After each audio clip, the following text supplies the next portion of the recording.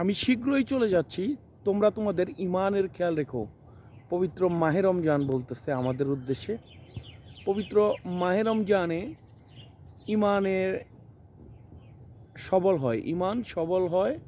শয়তান যেহেতু বন্দি থাকে, ইমান শক্তিশালী করার সে সময় সুসময়, তাই ইমানকে শক্তি পায় ইমান। কিন্তু বাকি অন্যান্য সময় শয়তান আমাদেরকে প্রচুর পরিমাণে অন্যায় কাজে, খারাপ কাজে প্ররোচনা দেয়।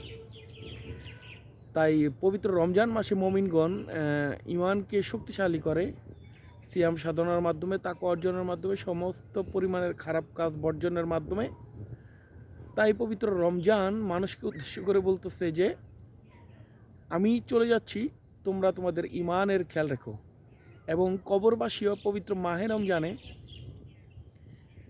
আল্লাহ পাক তাদেরকে আযাব গজব থেকে হেফাজত, নিরাপত্তা দিয়ে থাকেন, মুক্তি দিয়ে থাকেন।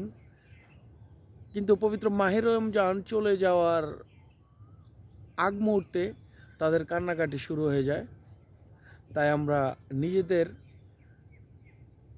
কবরে যাওয়ার জন্য প্রস্তুতি নিব, কবরবাসীর জন্য দোয়া করব এবং ইমান মজবুত রাখার জন্য পবিত্র মাহে রমজান আমাদেরকে যে শিক্ষাগুলো দিয়েছে সেখান থেকে সারা বছরই আমরা সেই অনুসরণ করব, খারাপ কাজগুলো থেকে নিজেদেরকে বাঁচিয়ে রাখবো।